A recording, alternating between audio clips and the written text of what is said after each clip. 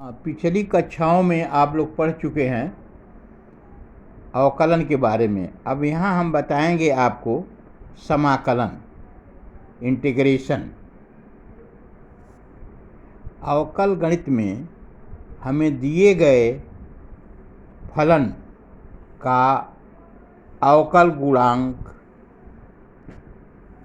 ज्ञात करना होता है, जबकि समाकलन गणित में दिए गए अवकल गुणांक के मूल फलन की प्राप्त करना है। अतः समाकलन को अवकल की विपरीत क्रिया कहा जा सकता है। अवकलन के बारे में आपने पढ़ा था। अवकलन की विपरीत क्रिया जो होगी उसे हम कहेंगे समाकलन, इंटीग्रेशन। परिभाषा इसकी यह है, डिफिनीशन: यदि f(x) कोई फलन है जिसका अवकल गुणांक f(x) से दिया जाता है, तो f(x) को f(x) का समाकल, इंटीग्रल समाकल, या इसे कहते हैं इंग्लिश में इंटीग्रल, कहा जाता है तथा समाकलन प्राप्त करने की विधि समाकलन या इंटीग्रेशन कहलाती है। इसे प्रतीक रूप में निम्न प्रकार से व्यक्त किया जा सकता है। इसको प्रतीक में, नोटेशन में इस तरह लिखते हैं। ऐसे देखिए, यह होता है समाकलन का चिन्ह, f(x) dx is equal to f(x) sec square x। Integration में यह है, sec स्क्वायर x का इंटीग्रेशन होगा tan x। तो sec स्क्वायर x समाकल्य, sec स्क्वायर x को कहेंगे इंटेग्रेंड या समाकल्य, तथा tan x समाकल या इंटीग्रल है। समाकलन नियतांक। अब हम आपको बताएंगे कि समाकलन नियतांक या कांस्टेंट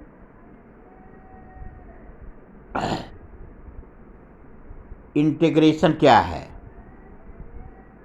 माना differential coefficient d dx of f(x) is equal to है f(x) is equal to f(x), तो इंटीग्रेशन में f(x) dx बराबर हो जाएगा f(x).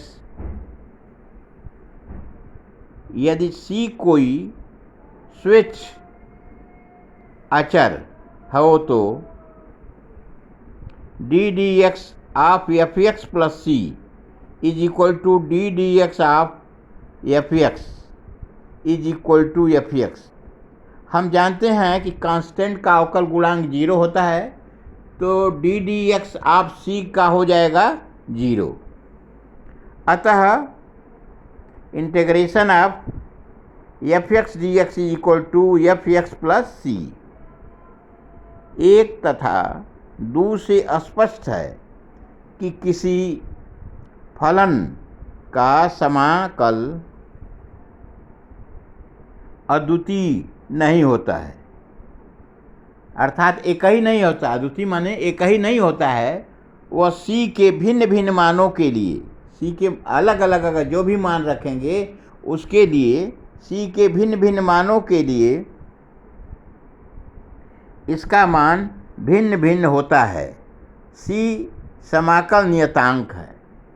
तो आपने देखा कि इंटीग्रेशन जो है वह डिफरेंशिएशन का उल्टा है।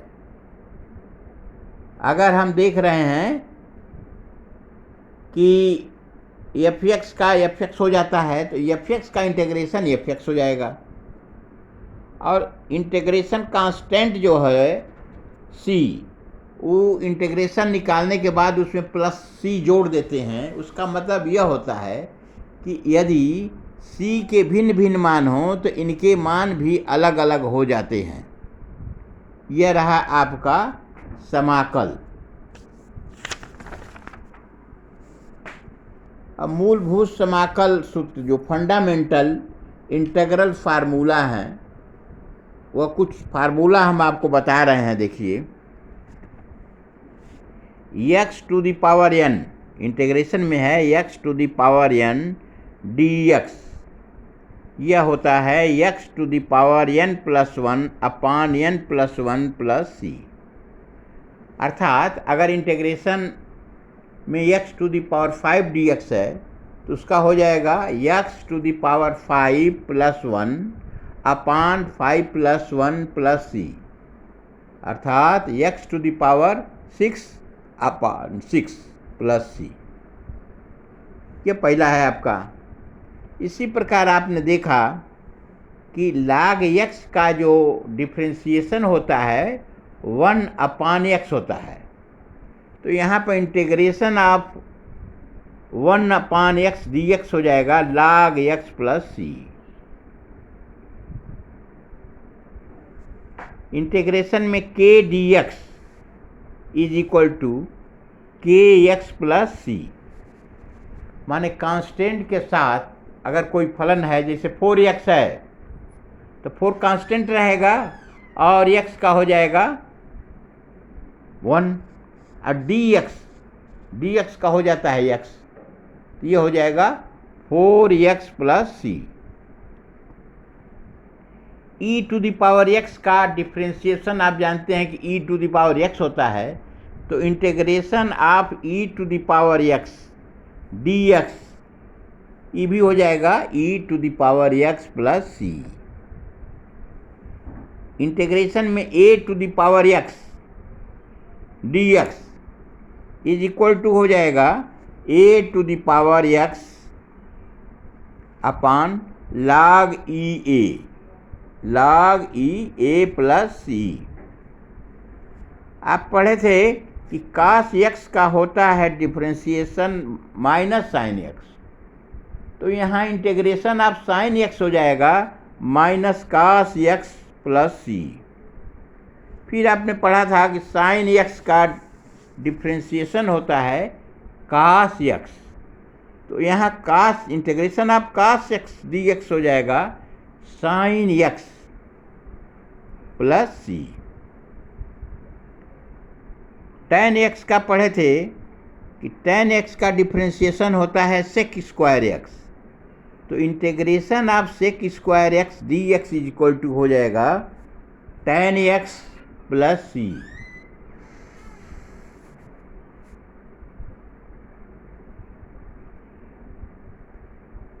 आप जानते हैं कि cot x का डिफ्रेंशिएशन होता है minus cosec square x dx, तो integration of cosec square x dx is equal to हो जाएगा माइनस cot x प्लस सी। आप जानते हैं कि sec x का डिफ्रेंशिएशन होता है sec x tan x, तो integration of sec x tan x dx is equal to हो जाएगा sec x प्लस सी। इसी प्रकार कोसेक x का डिफ्रेंशिएशन पढ़े थे आप minus cosec x cot x, तो यहाँ पर integration of cosec x cot x dx is equal to हो जाएगा minus cosec x plus C. अब देखिए log साइन x का डिफ्रेंशिएशन होता है cot x, तो integration of cot x dx is equal to हो जाएगा log e mod sine x plus C. इसी प्रकार log cos x का डिफ्रेंशिएशन पढ़े थे tan x, तो इंटीग्रेशन ऑफ tan x हो जाएगा minus log e cos x plus C या log e mod sec x plus C. log sec x plus tan x का डिफ्रेंसिएशन होता है sec x, तो integration of sec x dx is equal to हो जाएगा log e sec x plus tan x plus C या log e mod tan pi by 4 plus x by 2 plus C.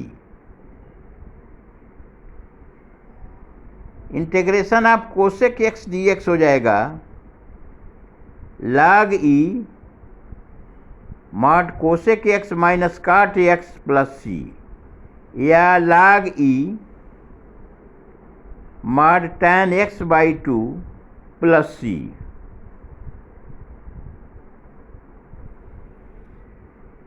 आपने पढ़ा था कि differentiation sine inverse x by a का होता है 1/√a² माइनस x स्क्वायर। तो integration of 1/√a² minus x square dx is equal to हो जाएगा sine inverse x by a plus C या minus cos inverse x by a plus C.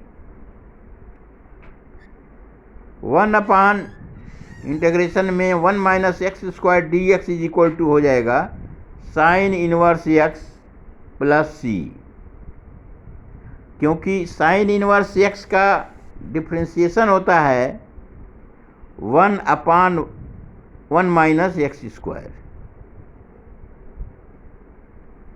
Under root में है under root 1 minus x square. अब देखिए integration of 1/a² plus x square dx is equal to हो जाएगा 1/a tan inverse x by a plus C या minus 1/a cot inverse x by a plus सी। एक बार और याद कर डालिए आप लोग, यह फंडामेंटल फार्मूला जब याद रहेगा तभी आपका सारा होगा।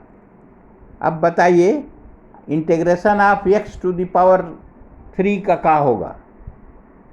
x टू द पावर 3 का हो जाएगा x to the power 3 plus 1/3 plus 1 या x टू द पावर 4/4। यह उसी फार्मूला पर है x to the power n dx is equal to x to the power n plus 1/n plus 1 plus सी।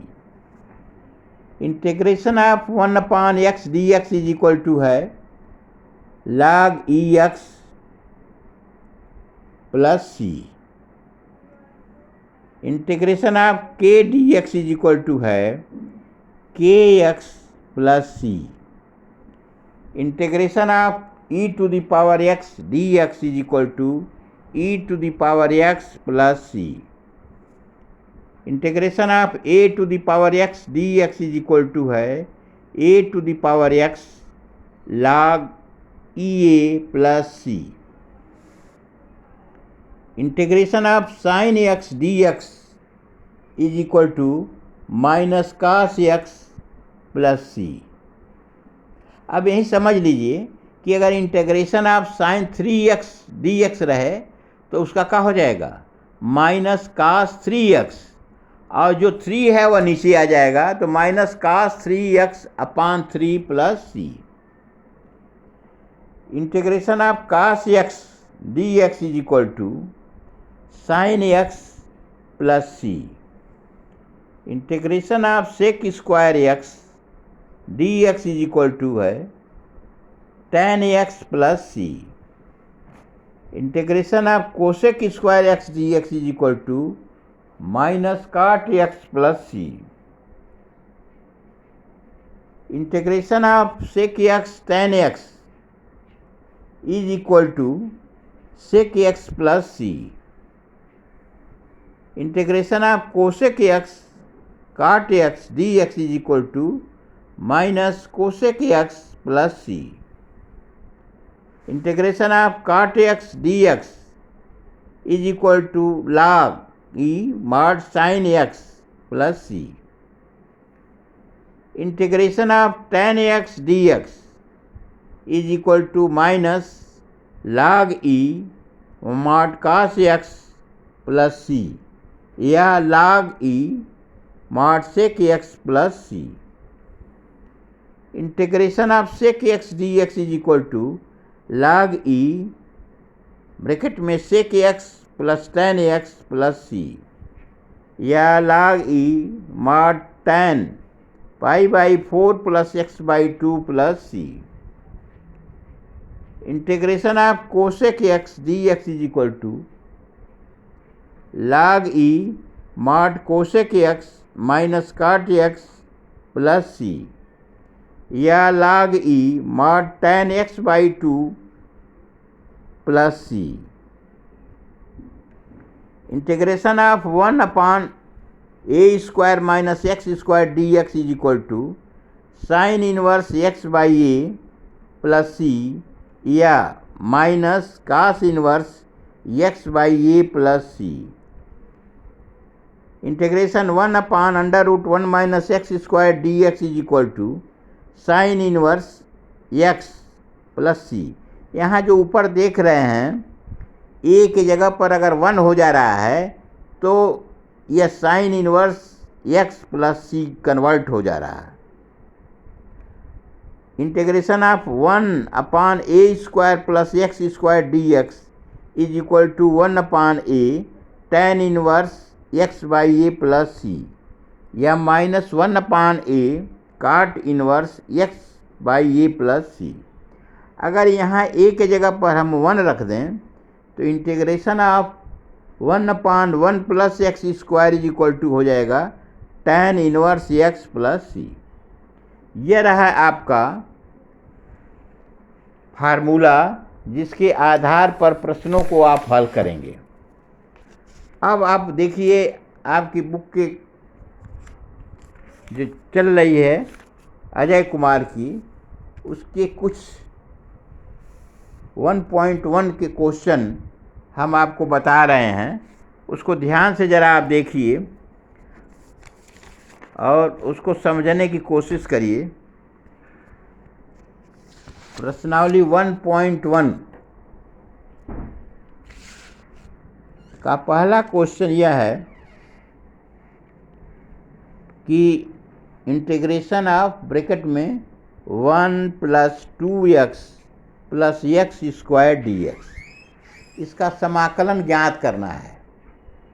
तो सबसे पहले हम सबको अलग अलग समाकलन में लिखेंगे। इंटीग्रेशन 1 dx प्लस 2 को बाहर निकाल देंगे 2, इंटीग्रेशन में x dx plus integration x square dx, सब अलग अलग हो गए।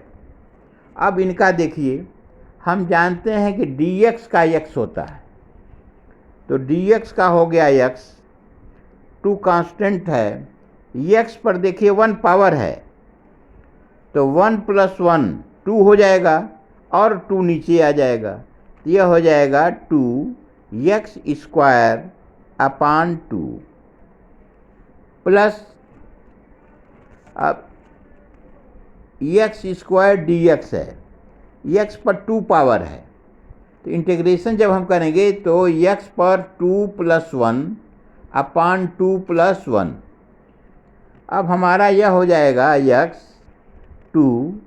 x square by 2 plus x cube upon 3 plus c।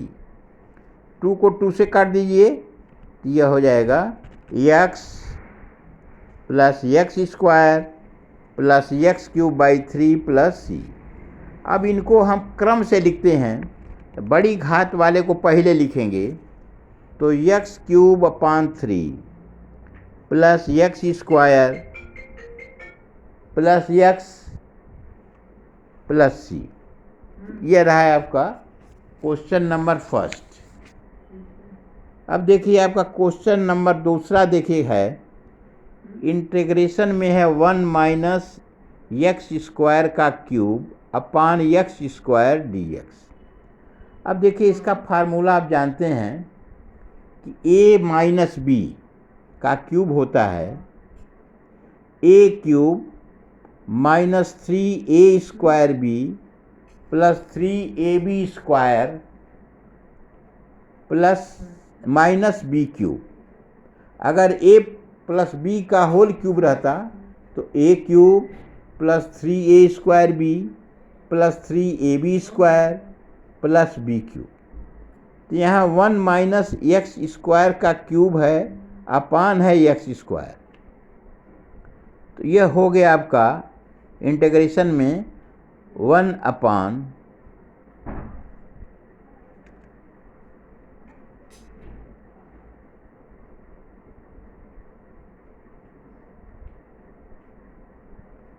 X square minus 3x square upon x square plus 3x to the power 4 upon x square minus x to the power 6 upon x square d x.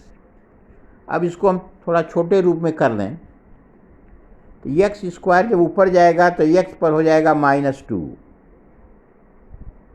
D x minus 3 बाहर ले लिया, integration में हो गया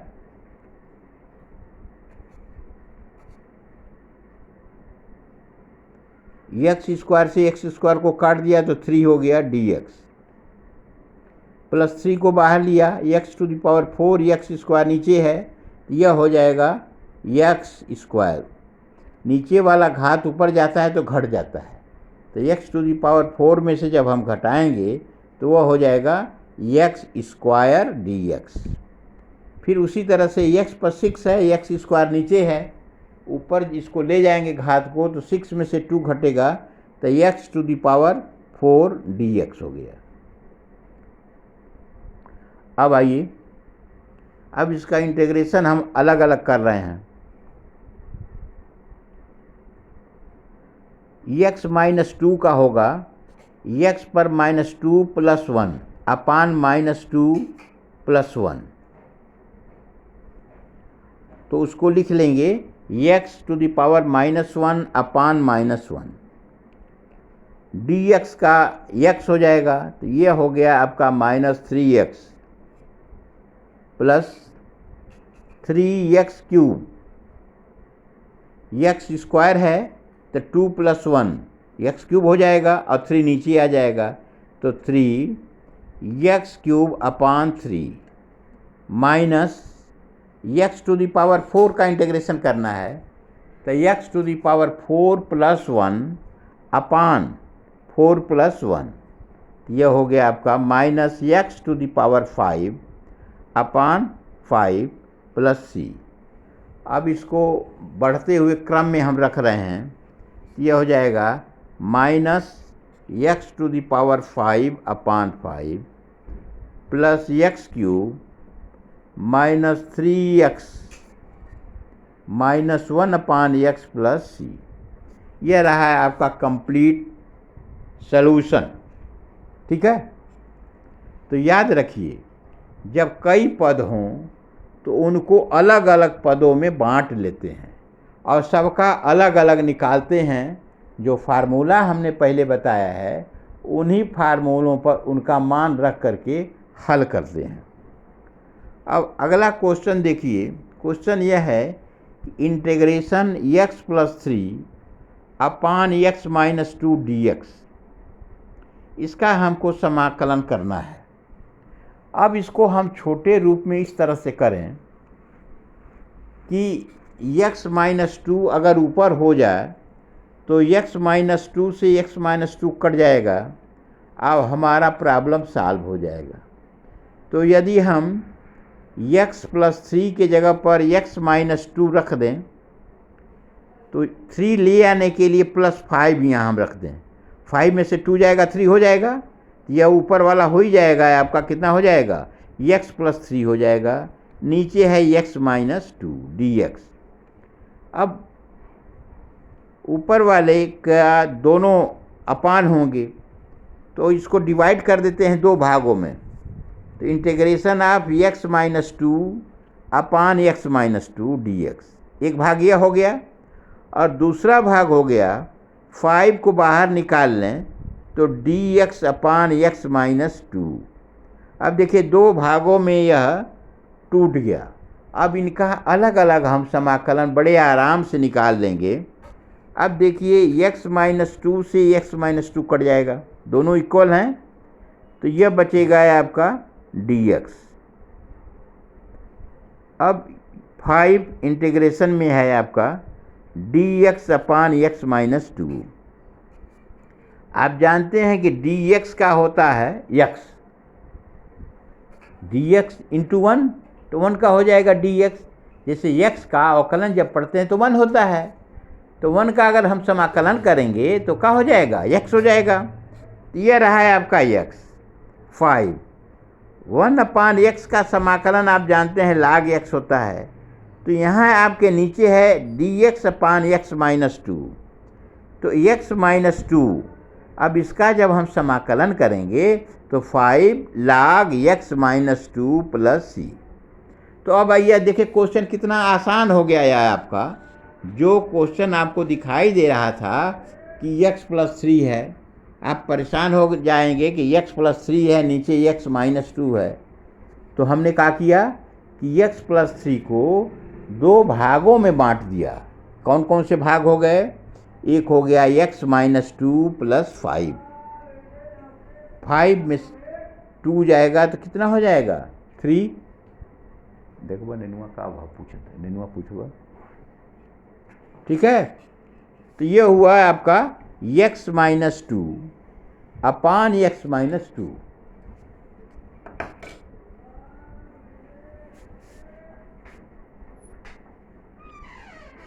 plus 5 integration में हो जाएगा dx अपान x minus 2। x minus 2 से x माइनस 2 तो आपका कट गया, तो केवल dx बचा, और यहाँ पर 5 को हमने बाहर निकाल दिया, तो dx अपान x माइनस 2। तो dx का इंटीग्रेशन हो जाएगा x प्लस 5, 1 अपान x का जैसे होता है log x, उसी प्रकार से 1 अपान x माइनस 2 का हो जाएगा log e x minus 2 plus c। तो अब आप इस प्रकार से प्रश्न हल करिए। प्रश्न हल करने में आपको कहीं परेशानी नहीं होगी। हमने कुछ एग्जाम्पल दे दिया है, शेष आप लगाइए और फिर हम आपको बताएंगे।